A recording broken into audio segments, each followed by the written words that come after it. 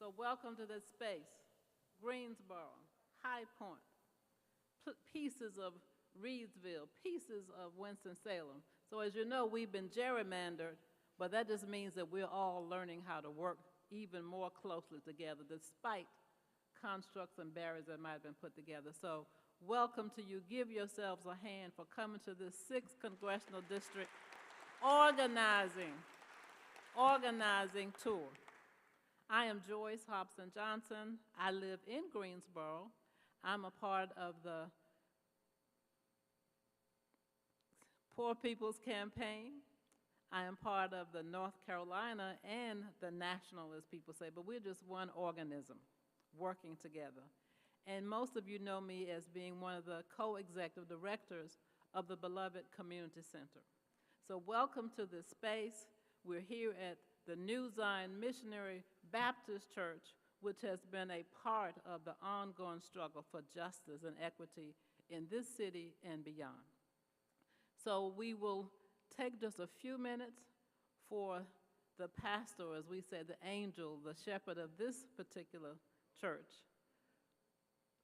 Reverend William Wright, to come and greet you as well and to offer an opening prayer, to be followed by my husband and co-executive director of Beloved Community Center, Reverend Nelson Johnson. Then we will proceed with the powerful program. First, you will hear from some testifiers. As you know, much of our focus is on getting the vote out from among our poor and low wealth. Most of you in this room. But we found that such a large percentage of our voting public, already registered, a lot of them, are poor and low wealth. We want that power, that voice to be heard, that demand through the ballot box to be heard. That's why we've come together this morning, well, this afternoon. So we will hear from them, workers, community organizers, immigrants, all of us, God's people, coming together to learn how to have our voices raised and lifted at the ballot box, and to learn how to walk together, to learn how to work together where our power can really be felt. First by ourselves, some of us don't even know our power, but also by those that we need to hold accountable once they get elected.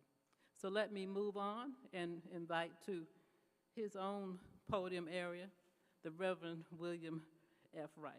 Thank you so much.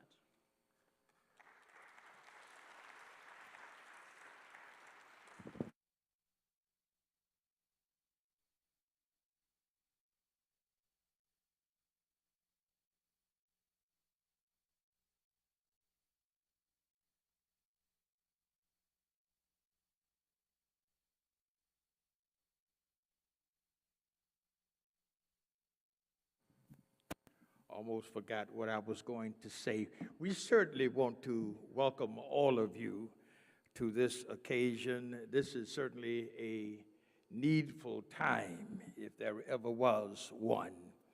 And there's an old spiritual that says, walk together, children. Don't you get weary. There's a great camp meeting on the other side.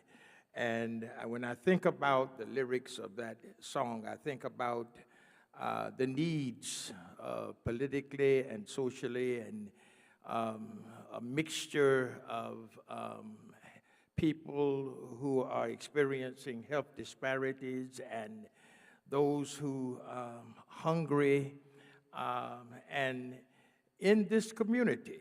And so this is a need. We need to come together, and it is my esteemed pleasure to welcome all of you, and that you thought about New Zion as your meeting place.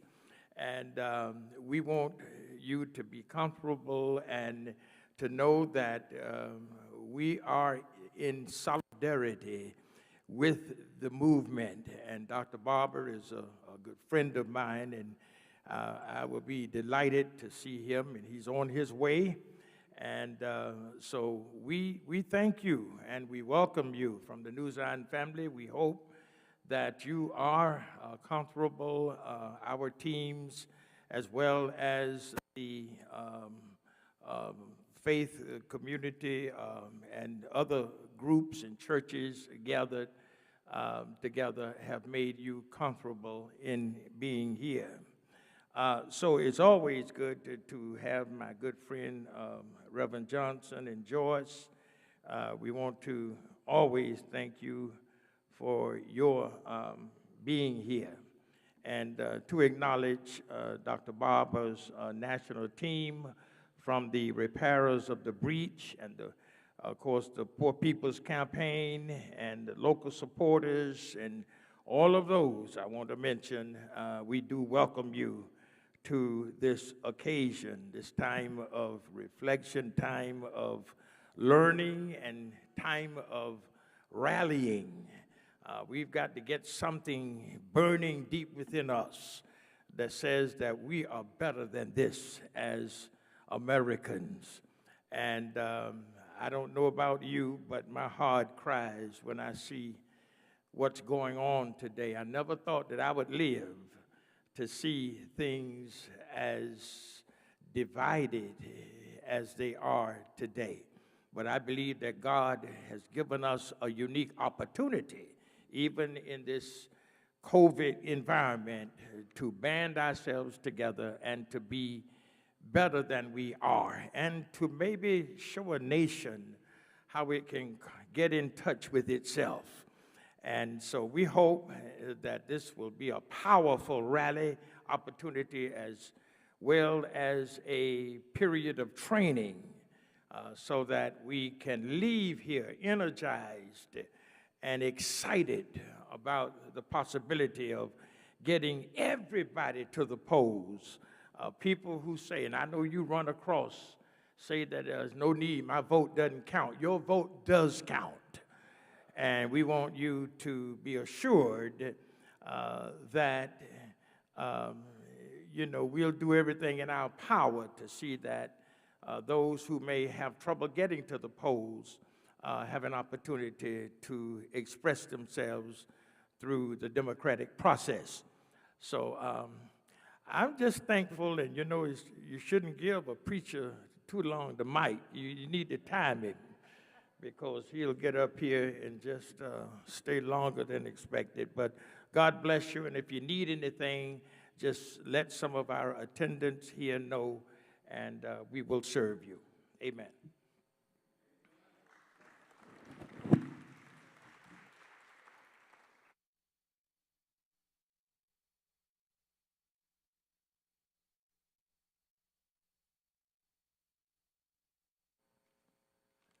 Amen.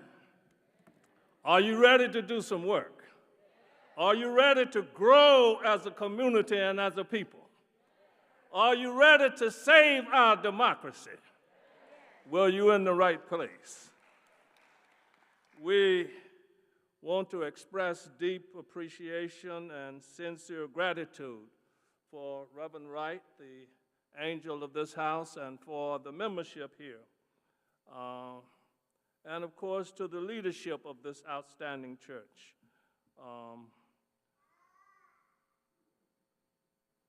We are going to push forward pretty fast now. And I need not spend much time emphasizing that we are a terribly divided nation.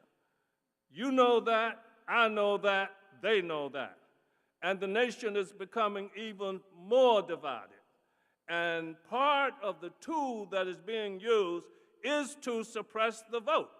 Your vote, my vote, poor folks' vote, black folks' vote, Latino votes. They want to only count a certain portion of the vote. So we are here today to ensure that that's not going to work. And I just want to say that it's good to be here, and we want everybody to relax, feel good, and we're going to do some learning, and we're going to follow this with some training. We may not do all of that today, but we got your name, we got your address. Are you ready to walk together, children? Walk together, children. Walk together, children, and don't you get weary, because there's light on the other side of darkness. There's hope on the other side of what looks like hopelessness. And there's a new life for us when we save this democracy, give everybody the right to vote, use that right, save this nation, and live in the great peace and abundance that God has given to us. Let's push it on.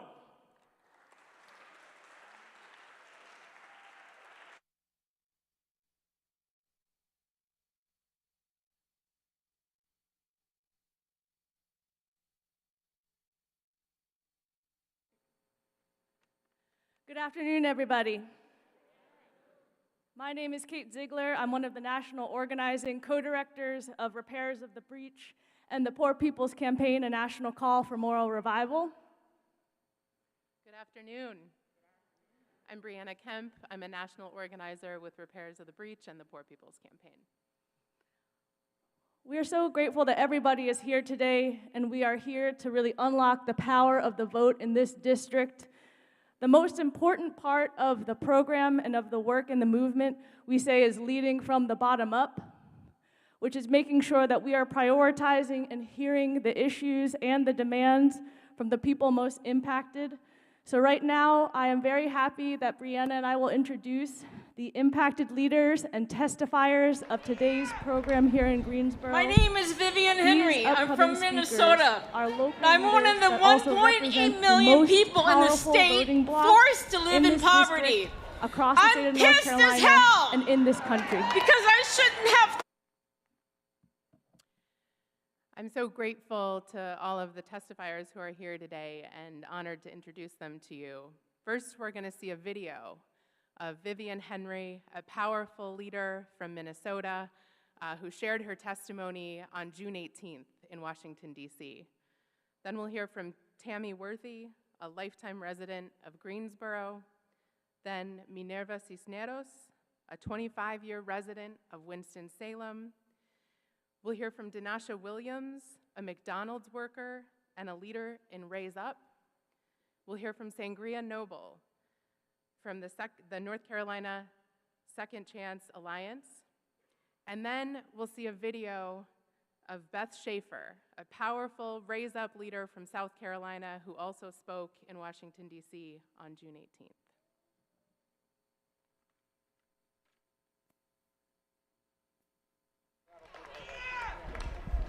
My name is Vivian Henry. I'm from Minnesota. I'm one of the 1.8 million people in the state forced to live in poverty. I'm pissed as hell because I shouldn't have to be here today because poverty is a policy choice in the richest nation in the world. I battle 4 mental health challenges that have been extremely debilitating in most of my adult life. For the past 7 years, I've had to battle many times for Social Security disability. I survive on just $585 a month from state general assistance and food stamps. If I didn't live in public housing, I would be homeless. General assistance wasn't raised during COVID and hasn't increased with inflation. Recently, I started donating plasma because I don't have enough money to meet my basic needs. This is immoral to be forced to live this way.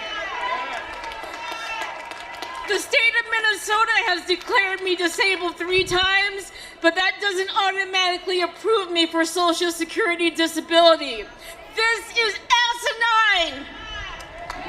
How can I be declared disabled by the state only to have the federal government deny me benefits? I had breast cancer scare in 2018, and now I need a 3D mammogram and breast MRI each year for the rest of my life. But I fear losing my Medicaid due to the lack of consciousness of many politicians who could care less about whether I live or die. I'm here to say that if Congress can repeatedly afford to give corporate welfare to the rich, then Congress can afford universal health care for all. So that people don't go bankrupt or are forced to use a GoFundMe to cover medical expenses.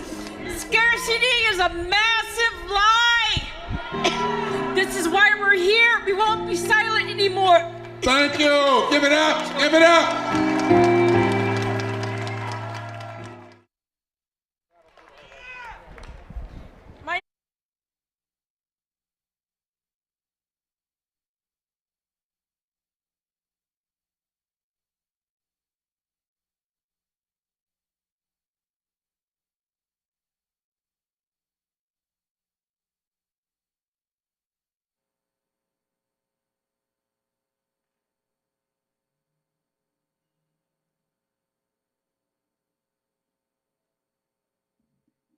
put this down. So.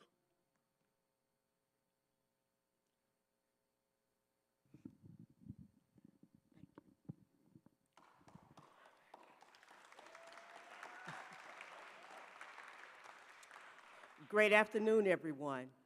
I know this is not a AA meeting, but I want to say my name is Tammy Worthy, and I'm a product of public housing. I want to say to you that housing is a dire need. And right now, you got people that thought their housing was secure. They were so glad to get Section 8. But now you got Section 8, you better be careful. You got to worry about where you're going to stay because they're not getting anybody to rent to them. And then if somebody rents to them, they have to pay over the amount that Section 8 gives them to pay so they can have a decent place to stay. I know, for one, public housing is where I learned to believe in myself.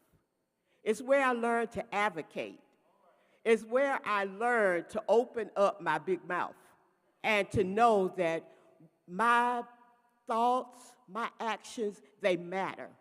So just like I learned that, I don't think they're learning that now in public housing. They're not learning that we are all one family. And if one thing hurts one person, it hurts the whole community. So what now is that we have to,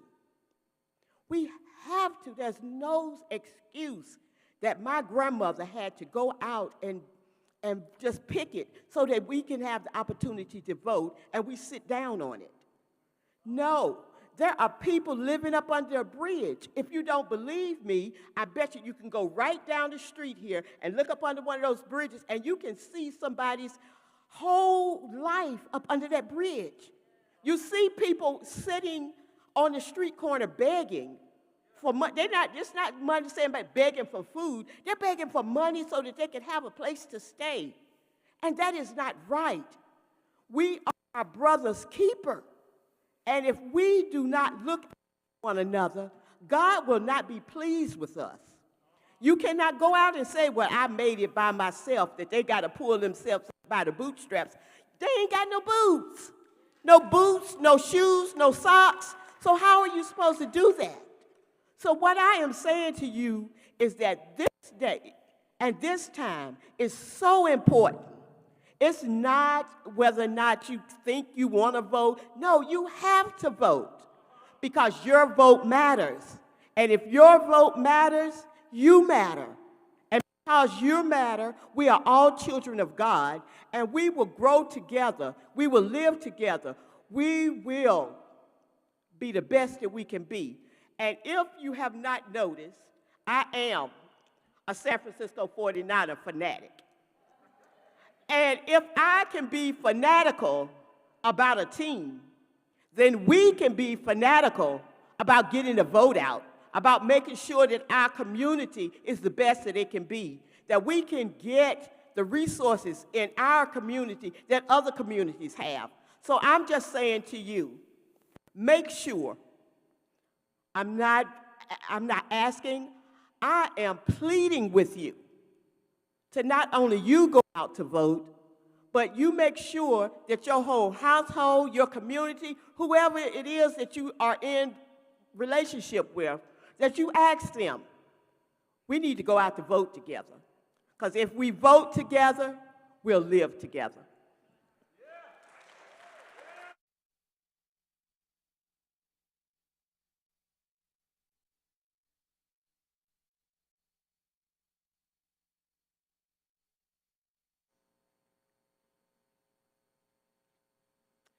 Next, we're going to hear from Minerva Cisneros.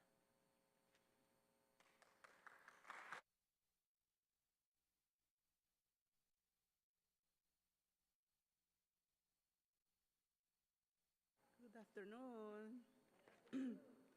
My name is Minerva Cisneros. I moved to the United States from Mexico 25 years ago after my husband died. I got government permission to be here and pay lawyer and a lot of money. I needed a safe place to live for with my two sons in medical service for my oldest son, Eduardo, who was blind, and he was 5 years old. That's why I came to Winston-Salem. I worked very hard for a factory here in Greensboro for many years and bought my own house. I paid taxes and help volunteer in my community. I will do anything and everything needed for my sons. In 2017, immigration told me I had 30 days to leave my children in my house to go to Mexico. People like you helped me when me and two youngest sons and I went to sanctuary at the United Church of Christ in Greensboro for almost 100 days. I was the first person in North Carolina to get a court order that allowed me to leave sanctuary and return to Winston.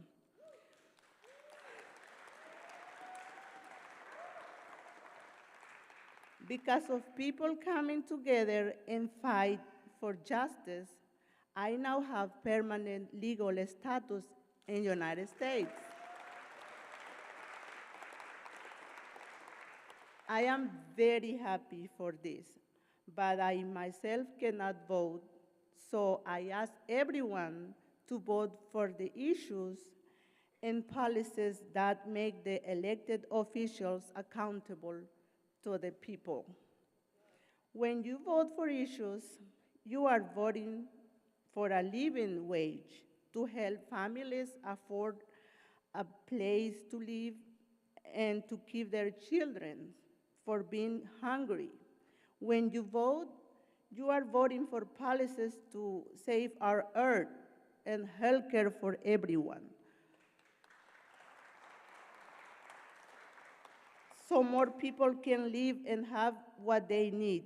When you vote, you are voting for fair immigration policies, and people are treated as a human being. And children are not put into cages. Your vote really matters, so you must vote like never before. Forward together.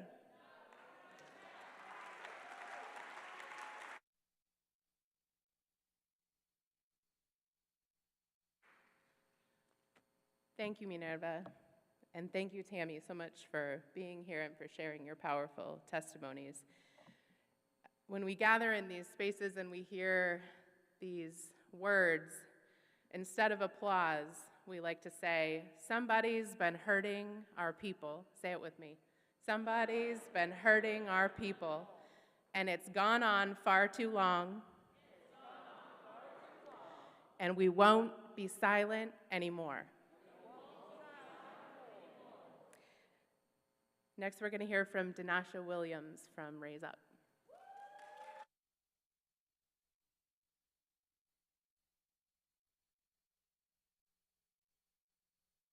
Hello, so my name is Denisha Williamson. I'm a worker, I'm a mother of 5 children, and I'm a proud member of Raise Up. I am here speaking for all the underpaid workers who are struggling to make ends meet, and we are organizing for a change. We are fighting to raise the minimum wage to at least $15 an hour. Our minimum wage has been stuck at $7.25 for 13 years, and it's dragging all of our wages down and keeping us stuck in poverty. I work at McDonald's and Wendy's. I make $12 an hour. It's more than minimum wage, and it is not a livable wage. I work for billion-dollar companies, but I have to depend on food and nutritional services to feed my family. I have to live in outdated public housing, which is not the type of environment that I want for my children, but I can't even afford to put my kids in extracurricular activities to enrich their lives. I want to be more sufficient, but minimum wage laws are holding me back. And I'm not just speaking for myself, but for the other 47% of North Carolina workers that make less than $15 an hour. We need to make it easier for workers like me to form unions so that we can move up and advance. These companies should not take for granted our presence, because kiosks and computers can never replace us.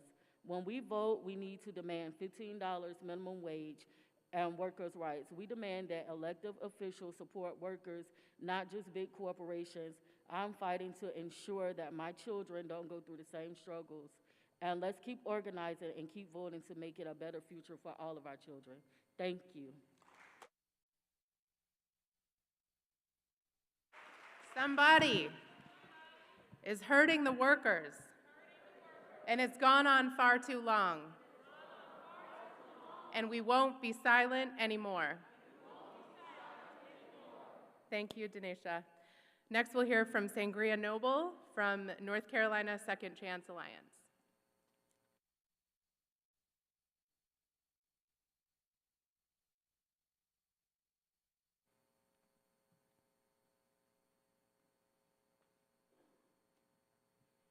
What do we want? A second chance. When do we want it? What do we want? When do we want it? Hello, everyone. Hello, everyone. My name is Sangria Noble. I am the North Carolina Second Chance Alliance Coordinator with NC for Justice. I am born and raised here in Greensboro. I'm the coordinator for Gifford County and Mecklenburg County. I'm here from a directly impacted person standpoint for, speaking for all. I served 3 years in NCCIW. My voters' rights were taken away from me. The feeling of that is unspeakable. And I say that because I'm a proud mother of 5. At the time, it was a proud mother of 3. I'm very active in my children's educational needs in the school systems. I pay taxes. And at that time, being not able to have a voice, but still have to live by society's rules, pay taxes, just in general, the feeling is unbearable by not being able to have a voice. So I stand here today, I have that voice. And 56,000 people across North Carolina also have that voice now.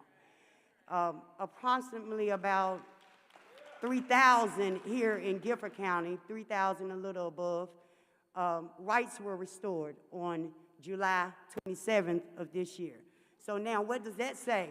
That says power for us. That says power for our people. That says that we can change. We can change the seats. We can change the legislator seats now. We can change the senator seats now. We can change the judges' seats now. We can change DA seats. We can change the seats down to the drivers in the police cars. We have the power now. Okay, I'm speaking out to everyone. Everyone, this is a change of the century. This is a change of the century. Okay, if we can get these 56,000 of people who's on release sentences and on probation, get them out. Let's register to vote. Let's come out. Let's come out and vote, and let's make a change. Let's make a change for the nation, because if we can change the South, we can change the nation. If we can change the South, we can change the nation. We're moving forward and not one step back.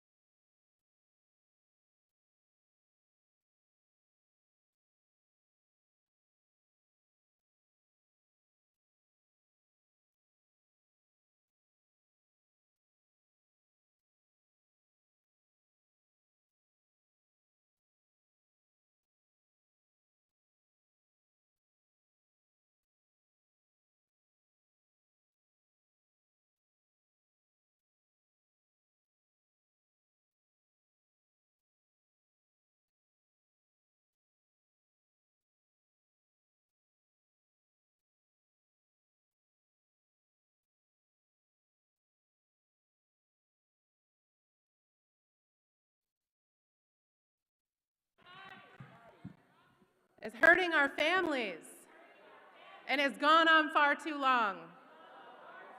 And we won't be silent anymore. We're going to watch a video now of Beth Shafer, a Raise Up leader from South Carolina. How y'all doing? My name is Beth Shafer. I'm with Raise Up, Charleston Fight for 15, and a union. I have been struggling to pay my bills since I've been working at 16 years old. I work full-time at KFC and a second job at a gas station. I work 64 hours a week, 7 days a week. I am exhausted. Yes. My wages are so low that I'm facing eviction every month. Eviction would mean that me and my disabled father would be homeless. I know I'm not alone. There are so many people who work for billion-dollar companies and still end up homeless. Why? Because the federal minimum wage is sentencing us to poverty. My home state of South Carolina is like the rest of the South and the Midwest. Our minimum wage has not gone up in 13 years. Our government is catering to corporate greed, and us workers are paying the price. And it's disproportionately black and brown workers, especially women of color, who are carrying the burden of a minimum wage in this country. So we demand that our government raise federal minimum wage to at least $15 an hour. We demand that our government pass the PRO Act and make it easier for workers to form unions, because we need a collective voice on our jobs. Low-wage workers, we run this country. It's our labor that creates wealth. We have so much power than we realize. When we organize, we have the power to change this country. So keep organizing and keep fighting.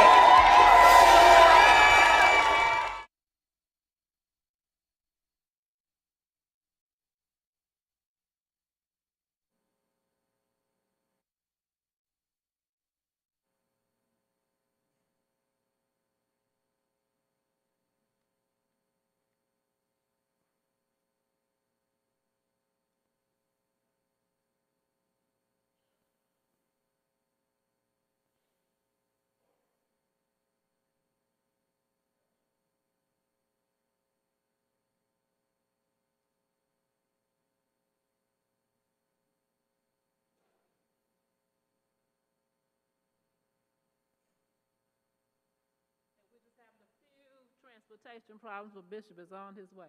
But I want to first make you aware that there's some other low-wage workers that you are in touch with every day. Some of them are sanitation workers, some of them are bus drivers and others. So there are some UE 150 people in this room.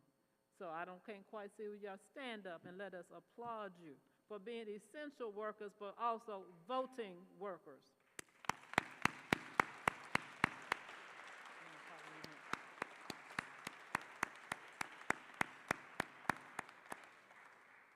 And culture is such a big part. Did you want to say something, Kate? Okay. So, that culture is such a big part of any movement. So we have with us, among us, one of our folks, Reverend Dr. Marilyn King Lewis, who is going to bring a song. It's either going to be her or her daughter. Thank you. And she is one of the associate pastors here at New Zion Missionary Baptist Church, and a member of the Black and Brown Women's Voting Collective. Yes.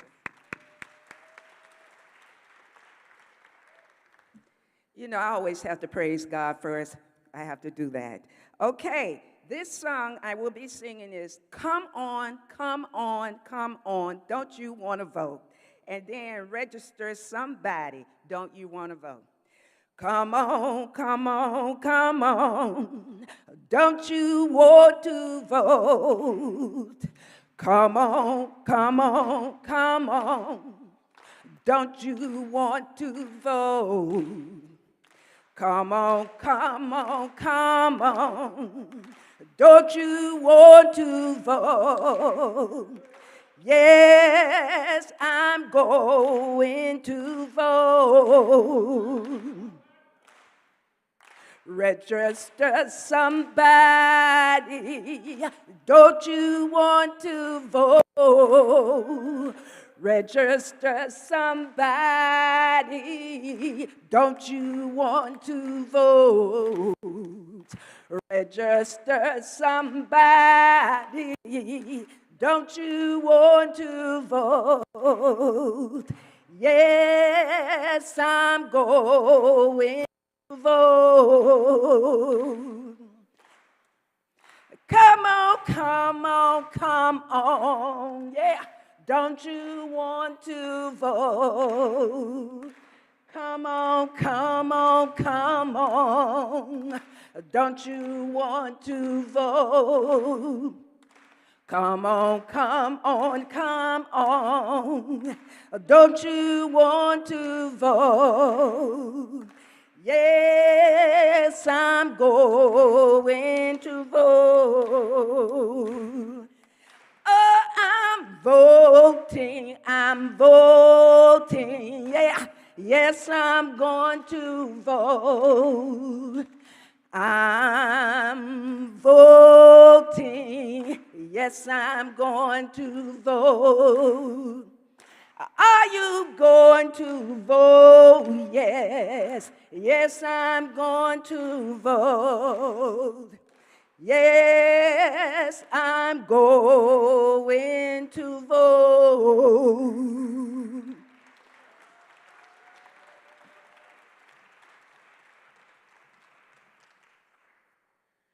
Give it up again for Reverend Marilyn.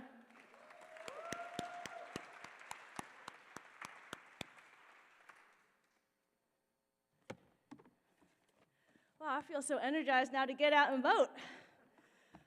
So the next portion of the program, and then afterwards, we will be hearing from Reverend Dr. William J. Barber II, senior lecturer and president of Repairers of the Breach. But first, before we go to his remarks, myself, Brianna, and then also Mrs. Joyce Johnson from Beloved Community Center are going to be talking a little bit about why it is so important to vote, and also talk a little bit about what's happening in North Carolina, because we always say in the movement that the worst thing to be, does anybody know? Is loud and wrong.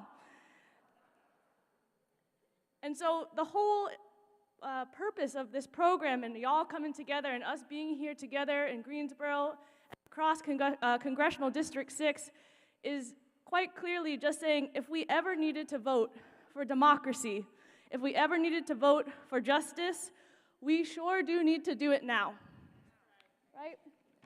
And we just want to keep saying this because we know that in the midterms and in the upcoming election, we're not only building for this election, but we are building a grassroots movement also for beyond.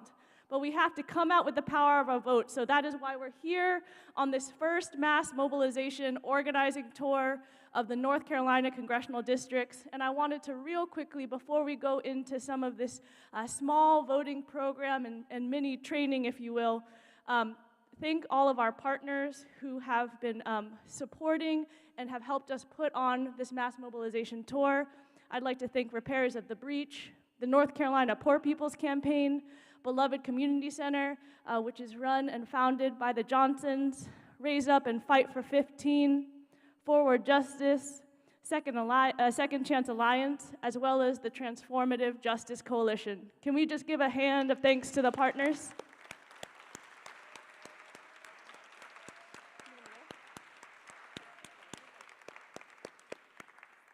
Great. Oh yeah, I'm hunching a little. Okay. So what we're going to do now is just talk a little bit about where we're at and what systemic poverty looks like across the country and also in North Carolina. And it's so important that we look at these figures and learn together, because this is what will incite and aggravate our moral and righteous anger as we're getting out to the polls. So this is all going to end in a big call to action that Ms. Joyce Johnson will be doing. So we're going to learn a little bit, and then we're going to talk about how we all can get involved in this district towards the elections and making sure that we are getting out to the polls. Could we go to the next slide, please? The next one, we're going to talk about poverty first in the United States. We talk about in this movement that there are these interlocking injustices that require an intersectional response. One of those pillars is systemic poverty. Did you know that there are over 140 million people in the United States that are poor or low income? And you can see right here that these numbers are staggering and they're also morally wrong. We have 43.5% of the population that are poor and low income. That is almost half of the country, right? We live in the richest country ever to exist. It should not be that 43.5% of the population are poor, low wealth, and low wage. You can see here that we have 60.4% of black folks in this country, which are 26 million, are poor and low wealth. 64.1% of the Latinx people in this country, which are 38 million, are poor. 40.8% of Asian folks, which are 8 million people in this country, are poor or low wealth. 58.9% of Native and Indigenous people, which are 2.14 million, are poor and low wealth in this country. And then lastly, we have 33.5% of white people, who are 66 million people in this country that are poor and low wealth. And one of the reasons that Reverend Barber, and we always talk about in the movement, it's so important to look at all the races, is that we have to come across all lines of division, come together, and vote. Even though the percentage proportionately is 33.5%, you can see that the highest amount of folks who are poor or low wealth in this country are poor white folks. So that means that we have to interconnect it with the struggle of systemic racism and realize that black and brown folks are being disproportionately impacted by racism, but we cannot not cross the line of division and reach out to poor white voters as well, because they are also the poor voters who will unlock the potential of a moral agenda in this country. So Bree is going to talk a little bit more about some of the slides that we have and why it's so important that we're learning this together. Bree? Thank you. Let's North Carolina poverty statistics. If we can get, it might be the next one. We might be going a little out of order here. Here we go. 44% of North Carolinians are poor and low wealth. That is almost half of the people living in this state. 53% of those are children. 53% of our children in North Carolina are living in poverty or low wealth households. 46% of women, 58% of black people, 67% of Latinx people, 36% of white people. 47% of North Carolina's workforce, half of the workforce, is making less than a living wage. And we know the minimum wage federally hasn't gone up in the last 12 or 13 years. And we know that working at the minimum wage here in North Carolina, it would take 94 hours of work in a week to afford a 2-bedroom apartment. That's just wrong. There are 1 million people, next slide please. There are 1 million people in North Carolina who have no health insurance. 32% of census tracts are at risk for being unable to afford water. And over 9,000 people in North Carolina are homeless as of 2018. And we know that things got worse for people during the pandemic. Right, and so we're talking about the power of low income and poor voters today. Look at this, almost 40% of eligible North Carolina voters are poor, low wealth, and low wage. And over 80% of them are already registered, but hundreds of thousands of these voters did not turn out to vote in 2020. This is our work. This is why we're here today, to build and make sure that we are reaching out in every congressional district to poor and low wealth voters and helping folks understand the power that they have in this upcoming election. If you can show the map, might be a couple slides back. There it is. This shows the margin of victory in the 2016 presidential election. And it shows the percentage of eligible low-income non-voters, eligible low-income folks that did not vote in 2016. If they had voted, what percentage could have met that margin to change an election? Look at how small some of these percentages are. If we look at Michigan, 1%, 1 percentage change of low-income voters getting out to vote could shift an election. Here in North Carolina, just 19%. So if we can build deep and reach into community and make sure that poor and low-wealth voters are registered, understand the power they have in this election, and have a plan to get to the polls on Election Day, we can have a great, great impact on elections. So I'm going to pass it over to Mrs. Johnson, who's going to talk a little bit about what that's going to look like, what the strategy is here locally. Thank you, Kate and Brianna. Look at the three of us. We are you. There are a few other, thank you, Louis. There are a few others of us as well who represent the plethora of folk in this district and, of course, in North Carolina. Different races, different sexual orientations, certainly different incomes, but we're mainly talking about poor and low wealth. So let's talk about what we're going to do in the Congressional District number 6 that we're already doing. Some of you already know about the Black and Brown Women's Voting Initiative, yes? And whether you're black or brown or woman or not, you are a part of that as we're getting out the vote.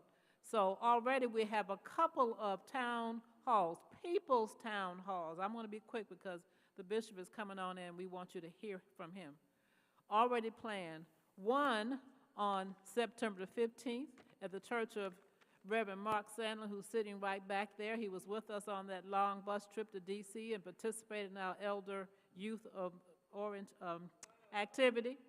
But at the Presbyterian Church of the Covenant on September 15th, we will be gathered for a town hall where more of these testifiers will speak, the candidates will listen, and we will then ask for answers from them and also hold them accountable.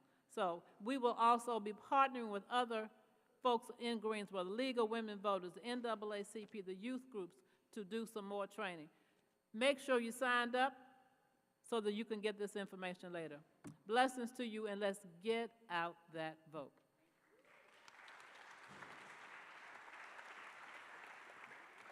Thank you, Ms. Johnson. We are going to start passing around some pledge cards. This is what we need you to fill out so that we can stay in touch and talk about all of the upcoming opportunities over the next 2 months to get out in the streets and do this work. We know we've got to get into the community, we've got to knock on doors, we've got to get on the phones, we've got to be reaching out to everyone we know and make sure that they understand the power they have in this election. Reverend Kaz is going to be passing around some pledge cards. If you'll fill this out, you're going to see different check boxes. You can tell us what you're interested in doing to get involved. Let us know, and we'll follow up and make sure that you have the information. We're going to be doing coordinated community canvassing. There's going to be text banking. We have a text banking program that allows us to reach tens of thousands of voters very quickly and make sure that they have information on how they can register to vote, where their polling place is, do they want to volunteer and get more involved. So you can canvass, you can text bank, and we'll stay in touch and provide more information about that. Let me interrupt because I want to make a correction. How y'all doing? Got a lot of echo. You know, I'm trying to train these young folk, but I'm trying to train them in the game. I have to coach in the game, and I hope they don't get offended. But Michael Jordan became great because he took coaching in the game. All the great ones get great because they take coaching in the game.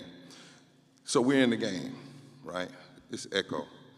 And let me just thank all of the people who had anything to do with pulling us here today. And I was going to speak, but I'm not. I'm just going to make a few passing remarks.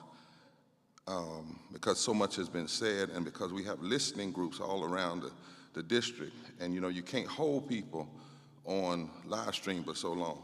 Am I right? Right? About an hour. So that's one of the things you have to always remember when you're doing a program. If you got live stream going on, after an hour you lose people, right? So we had this room because we wanted people to spread out for COVID's sake. Because when you're organizing people, you have to care about people. Some folk organize folk and they don't love them. But if you love folk, you're going to try to make sure they're safe. Also, this is nonpartisan. So that's why we invited any candidates, Republican or Democrat, to come and listen to the testifiers. Let me make one, can you helping me? That's an echo. Thank you. One correction.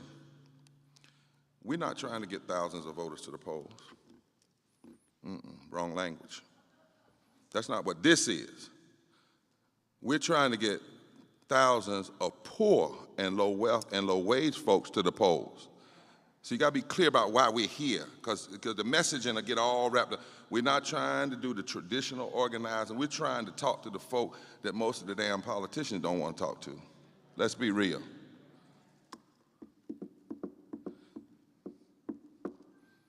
When last time you heard a politician in this state talk about the 1 million people that are without health care? Y'all can stay up here because I got something for you to do. Come on. You learning, you're going to be strong after this. You can make it through me, you'll make it through anybody. You'll take on the KKK. You think about it. Y'all think about it. We got all this language, it's so, when have you seen, Republican or Democrat, candidate in this state, have a press conference with all the folk that are uninsured? Huh? 1 million people.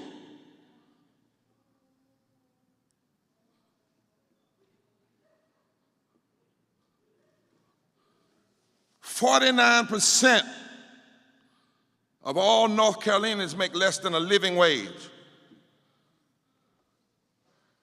That's over 2 million people. When have you seen a politician, black, white, or other, say, we're going to organize that 49% and hold press conferences with them and talk about them openly and bring them, put them in their TV ads?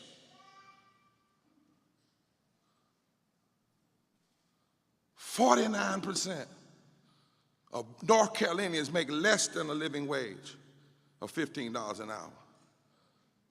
When is the last time you heard a politician say the poor? Y'all talk. In their ads, in their campaign, low wage, low wealth. What do we hear? Middle class and working America. Well, 47%,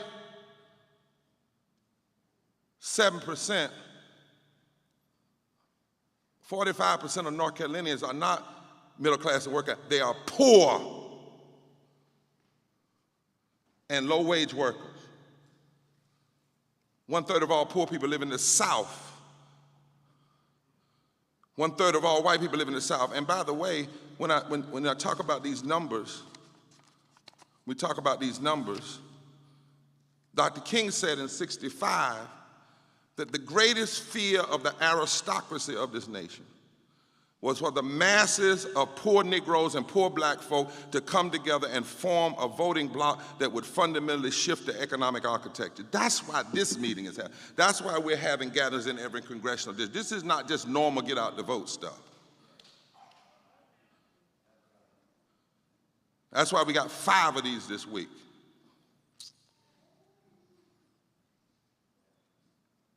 $87 million people in America underinsured or uninsured, and even coming out of a pandemic, we still have not passed universal health care. 140 million people poor and low wealth in this country. 140 million people, 43% of the nation, and the most damning thing is 52% of our children are poor and or low wealth. When's the last time you heard a presidential debate on that? When's the last time you heard a Senate debate on that? When's the last time you heard a governor's race debate that? When was the last time you've heard a congressional debate on that? And when I've said this, and some politicians get mad, they say, look, I grew up poor. That's not the issue that you grew up poor. The issue is, who are you talking about and lifting up now in your conversations and in your political ads? Because not only do we have 49% of North Carolinians who make less than a living wage, do you know how many of y'all gonna go into a restaurant this week? I hope you were nice to the people, because you know they don't make but $2.13 an hour. When has any politician lifted and said, I'm running to change this? It's like we scared of the poor and low wealth. In North Carolina, 48%, I'm still getting that echo, are poor. Let me break that down to you. 4.7 million residents, 4.7 million people in this state are poor and low wealth. And in the districts you're here, what is it, 6th and what, 12? There's either congressional districts, you've got nearly 200 or 200 plus thousand people who are poor and or low wealth. 4.7 million residents in North Carolina. 56% of our children are poor and low wealth in North Carolina. That's 1.3 million. 49% of women in North Carolina, women. We can't have political discussions and talk about just the women vote and not talk about the poor and low income women vote. 62% of people of color. This is the measurement that looks at 200% of poverty. In other words, who is $500 away from economic ruin? 62% of all black people and people of color in this state are poor and or low wealth or low wage. How can anybody be running campaigns and not be talking about how your campaign is going to impact 62% of one race of people?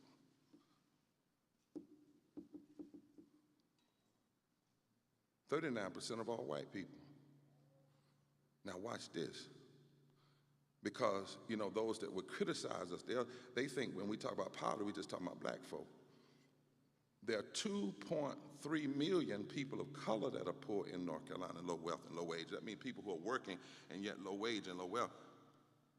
But there are 2.4 million white people. So there are more white poor and low wealth and low wage folk in North Carolina than there are black.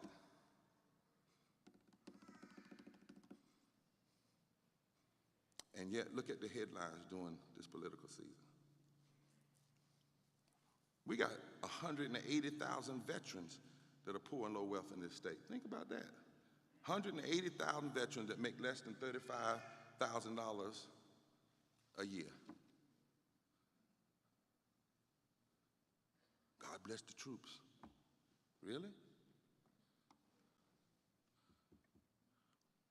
32% of the census tracts in North Carolina are at risk for being able to afford water. There are 9,000 homeless people in North Carolina. In North Carolina, you have to work at the current minimum wage, and our minimum wage is just a tad bit higher, thanks to Alma back in the day, 2007. She wouldn't give up after 10 years of fighting. We raised it a little bit, but even the way we've raised it, in North Carolina, you have to work 87 hours a week.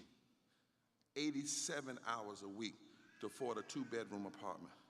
But where are the politicians that are putting these voices front and center? Now, I was told one time, but Reverend Barber, that's too sad to be talking about. If you're gonna win, you gotta be happy. You have to present a good face. I thought people ran for office to change stuff. I thought that was I thought policy. And all of this is policy. None of this is personal morality, people's personal failure, poverty, the lack of health care, the lack of living wages, not having clean water. That's policy. And the only way you deal with it is you must put people in office who will change policy. So these gatherings are not about left versus right and Democrat versus Republican. They're not about personalities and parties. It's about principles and position. Where do you stand in relationship to the poor and low wealth and low wage people of this state? And the reason why we're doing this is because guess what? And I'm through.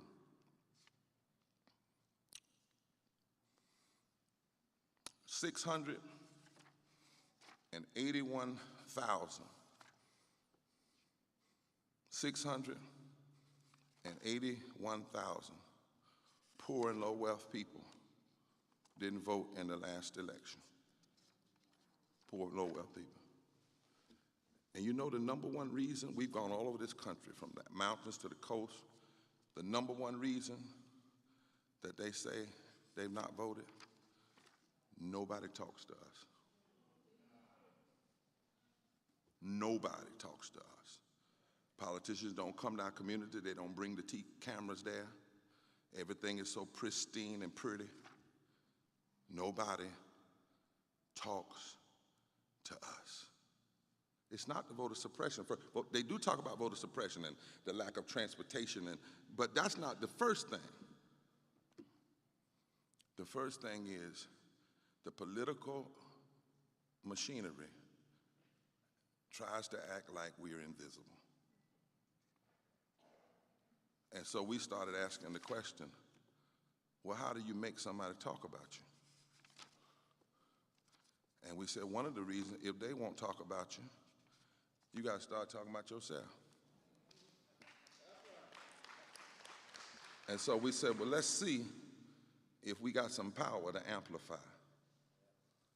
And we found out that, for instance, in North Carolina, poor and low wealth people make up 47% of the electorate. 47%. Yeah, that seems strange to you. I see the frown. I didn't believe it either. 47% of the electorate is poor and or low wealth or low wage. 47%. In fact, in the nation now, God has fixed it so that the stones that the builders rejected have become the chief cornerstone in terms of building a new political reality, because poor and low wealth people in the last election represented 33% of the total votes. Poor and low wealth and low wage. Poor and low wealth people represent 30-some% of the electorate across the country. And in battleground states, poor and low wealth people represent 45% of the electorate. Now, I'm not a strategist.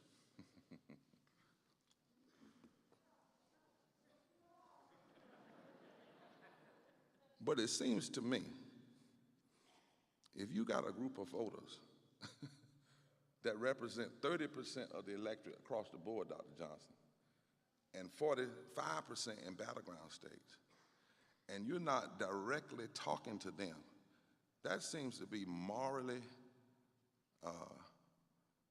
irresponsible, constitutionally inconsistent, politically inept, and economically insane. And in North Carolina, it's 47%. In North Carolina, there is not one election that we had in the last few years where the margin of victory for whoever won was greater than 25% of poor and low wealth voters who are eligible to vote and didn't vote. I didn't say 30%. I didn't say 40%. I said if you mobilize just 25% of the 681,000 poor, low wealth, and low wage voters who have not voted, if you just mobilize 25% of that 25% could overcome any margin of victory from the president, the governor, the Senate, right on down. I'm not a strategist, but somebody ought to take that seriously. I mean, if we're serious about changing who makes policy, and somebody ought to be talking, Brianna, to this community seriously. Because you're talking about 40+% of the electorate. Poor and low-wealth people made up 58 million of the votes that happened in the last presidential election. 58 million, over 33% of the electorate.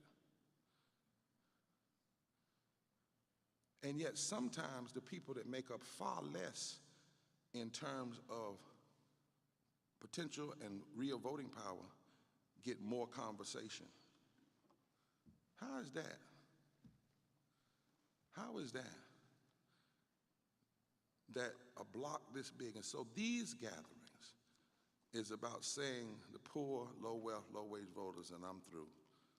If we ever needed to vote for democracy and justice, poor, low wealth, low wage voters need to vote now. And you no longer need to say they're not talking to us. You need to make them hear you. And if you're an advocate for poor and low wealth, blah, blah, blah, if you're a moral leader, we all ought to be connecting together and mobilizing this sleeping giant.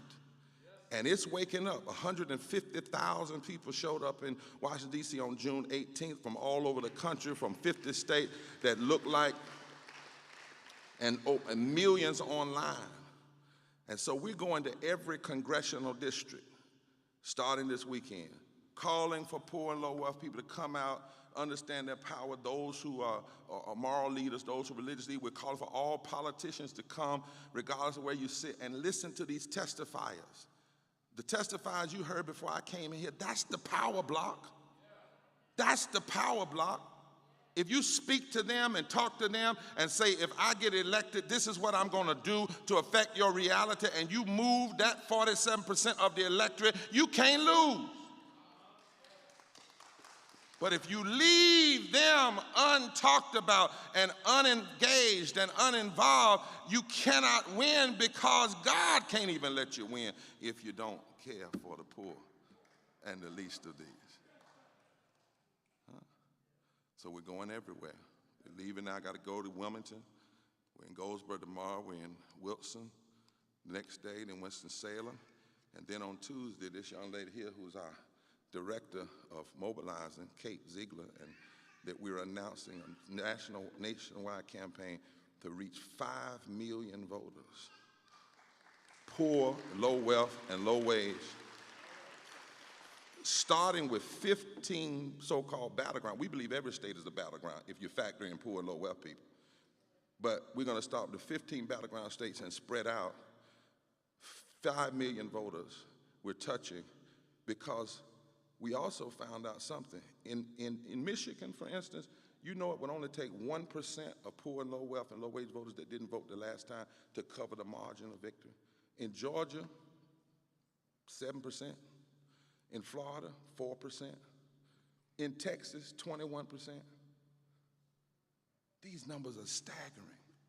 But what's more staggering is to see how too often we live in a time that treats corporations like people and people like things. And too often we live in a time where it seems like to get one good step forward, we got to compromise with so much wrong. So in order to get climate change, you got to compromise and allow pipelines and drilling on and in order to get passage of relieving student debt, which is great, which is a great step, but in order to do that, you got to agree that you won't pass living wages. And if we pass living wages right now, if we change the minimum wage to $15 an hour, $330 billion would be pumped into the economy immediately. And 32 million people would be lifted out of poverty and low wage. And in our state, 2 million people would move from poverty and low wages to above poverty and low wages. So anybody in this state that's running for office and is serious about moving poor and low wealth people and winning, and they're not talking about, if you elect me, I'm going to ensure living wages get passed, what are you doing? And so I don't know, Nelson, George, I don't know if Republicans are going to show up in November. I don't know if Democrats are going to show up in November. But what I know, what I believe, is that if poor, low wage, and low wealth people of North Carolina, the moral conscience, we better show up. If there's any hope at fundamentally changing this democracy. And it's got to start a lot of it in the South, where you have more politicians, where you have more poverty in the South than ever, and more politicians that vote against the poor than ever. So if it's going to start, it's got to start here. And if we are going to have fundamental change, what we need is not an immoral, mean insurrection. And what we need is not pessimistic resignation. But what we need, like we have never needed before, is a moral, engaged resurrection of poor and low wealth and low wage voters. If we ever needed to vote for democracy and justice, we sure do need to vote now. That's why we are here. That's why we've come. That's why we're going all over these congressional districts. This effort, Repairs and Breach and others, is specifically targeted to who wants to help mobilize poor, low wealth, and low wage communities. Who wants to help push these issues into the political atmosphere and conversation? Who wants to mobilize 20% of the 681,000 poor and low wage and low wealth voters who didn't vote in the last election? Because with just 20%, we can overcome any margin of victory of any campaign that's running anywhere in this state. I said I wasn't going to talk long, so I'm going to shut up. Now you organize these people. Now you tell them why we need to be pushing out. Now you get people to sign up, because we're looking for an army to rise that is serious about understanding that if we don't lift poor, low wage, and low wealth people in this state, then we have failed. Our politics have failed. Our state has failed. But inside of that failure is success. If we do, history will record that we took seriously what Dr. King said 3 years before he was shot, when he said it at the end of the Selma to Montgomery March. If you want to transform America, you must mobilize the masses of poor and low wealth people into a powerful voting bloc that can fundamentally shift the economic architecture of this nation and bring into being the beloved community. Y'all got it?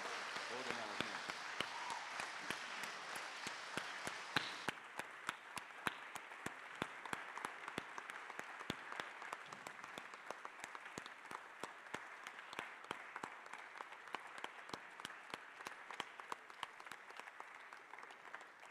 Can we say forward together? Forward together.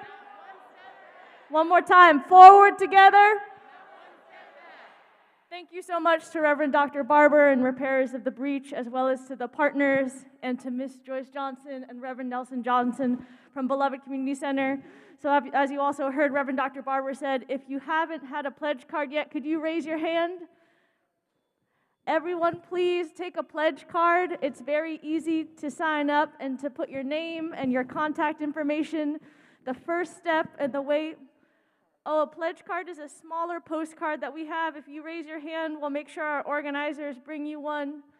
We have someone displaying them quite nicely over here. Please make sure to fill that out. It's a small, quick thing to do, but that is a first real and tangible step to doing exactly what Dr. Barber and the Johnsons have laid out here today, which is that we need to mobilize this extremely powerful voting bloc, the power bloc of this district and this state, and to reach out to poor voters in our community. We need to sign up first, and then people that are local here in the community will be reaching out with next steps of how to get out and make sure that we are reaching out to poor and low-wealth folks across this district. I'm going to pass it over to Ms. Joyce Johnson for closing words, and then after we close the program, please feel free to stand as we transition into closing the program. We will be playing a song.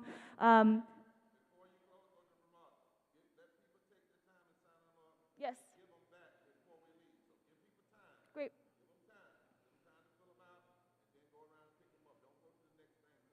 Great. Thank you. All right, so we're going to give y'all time to fill them out, and we're going to collect them. So please raise them up if you need them collected. Thank you, Kate. Thank you, Kate. And thank you, Dr. Barber. And let's hold those cards up so they can be collected.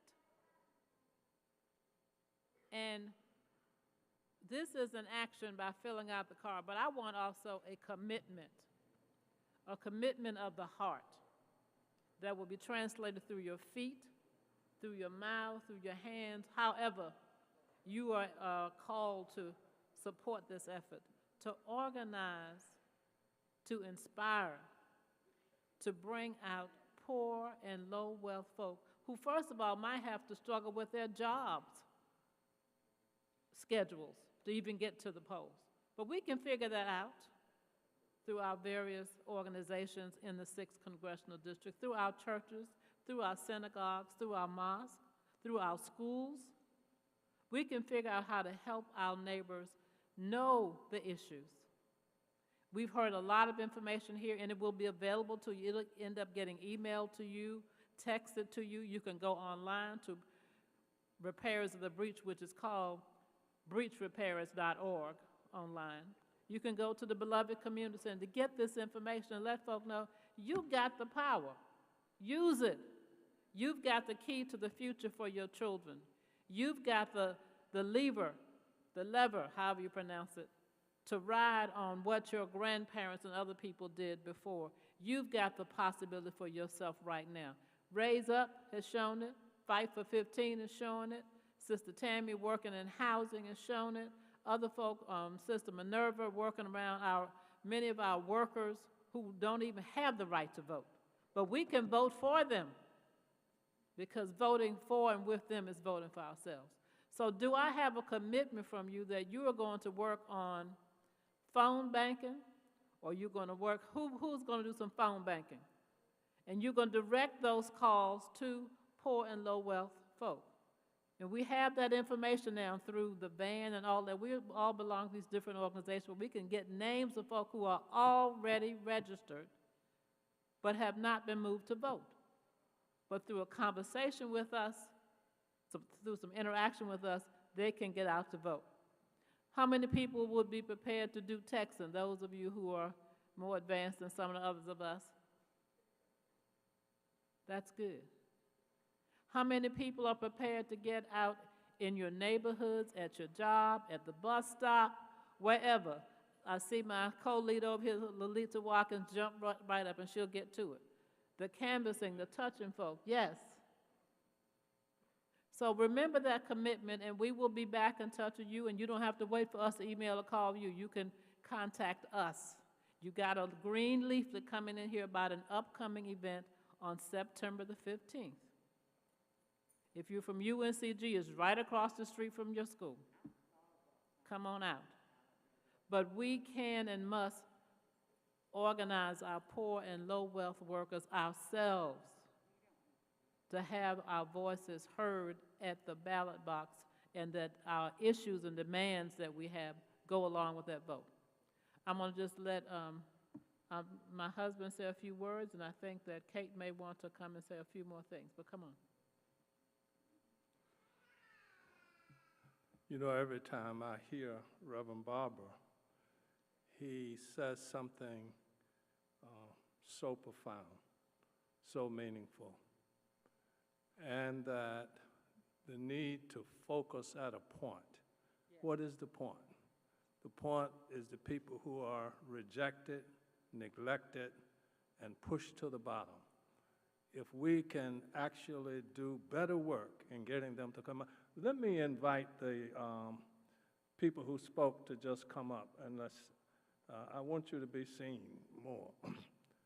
And it's easy to come to a meeting and you feel real good in the meeting. And Reverend Barber is bringing it, and it's connecting, and it's making sense.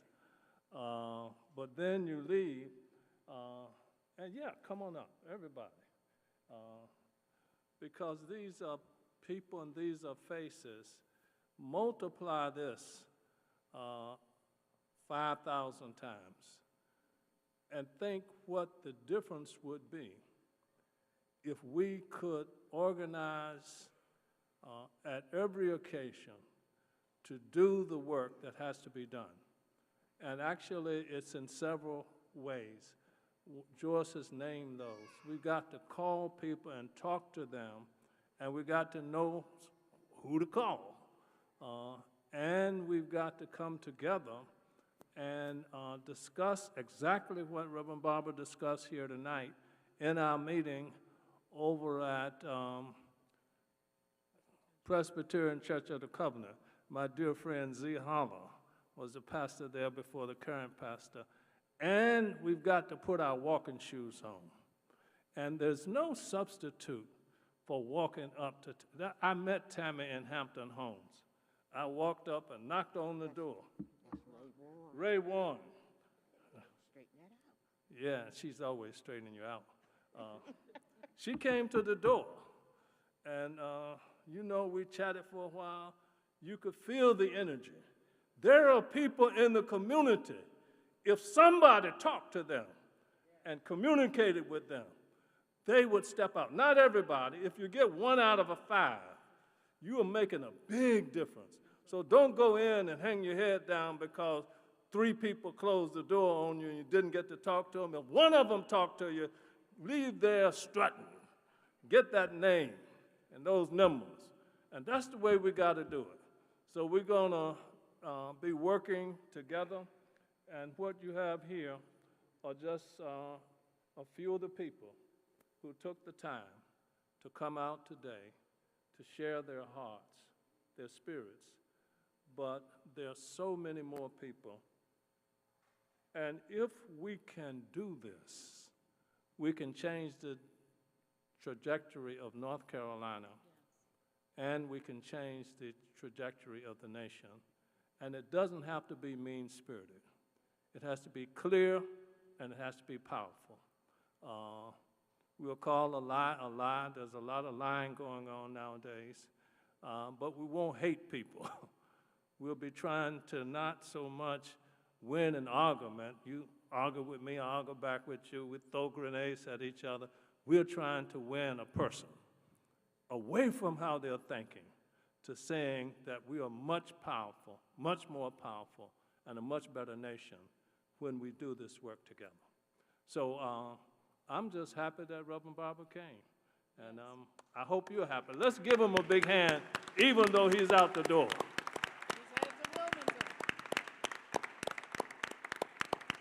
And I don't know if it's all right. We're going to end with a song. I just want y'all to say hello again to the group so they won't forget you, know? I'm short, so I imagine that amongst others you will remember, not remember me, but remember my words and the people that I stand for. All right now. Yeah. Yeah, also don't forget about my people, the Latin, and please go and vote. And thank you for all the support, and thank you for being here and for everything you guys do for the Hispanic people. Yes. Thank Yes. God loves you, and we do too. Also, don't forget about all the fast food workers and single moms. I stand in proxy for everyone. Please go out and vote. It's imperative. All you hamburger eaters. I think we want to close with a song. Yes, so the music's going to be queued up. Stand up and, remember movements are based on a lot of cultural feelings and what have you. So let's go out here energized to do what we promised to do, to get ourselves, but mainly our low-income voters out. You can call them, you can text them, you can do whatever way. Talk to them in the grocery store lines, looking at these big prices, at the gas pump, dealing with the price, and say, we can change this, and we're going to do it because we're going to go out and vote and bring 5 more friends with us. God bless all of you. All right, so that's pretty much a wrap. Thank you again to the Johnsons and to Reverend Wright and to this amazing church, New Zion Missionary Baptist Church, for hosting us. We're going to cue up the last song, which is from June 18th in D.C., which was our Mass Poor Peoples and Low-Wage Workers Assembly and Moral March on Washington. This is a movement song that we love very dearly. Please sing along. It's called Break Every Chain, and on your way out, These are actually for you. Please take as many as you like. They're in the pews for you to take home. There's lots of the important and very powerful facts that we had today. Please take these home, give them to folks in your community, put them up in your window, on your car, and thank you so much. Forward together. Forward together. Not one step back. Let's make the whole District 6 here, this one room. Ready? Forward together.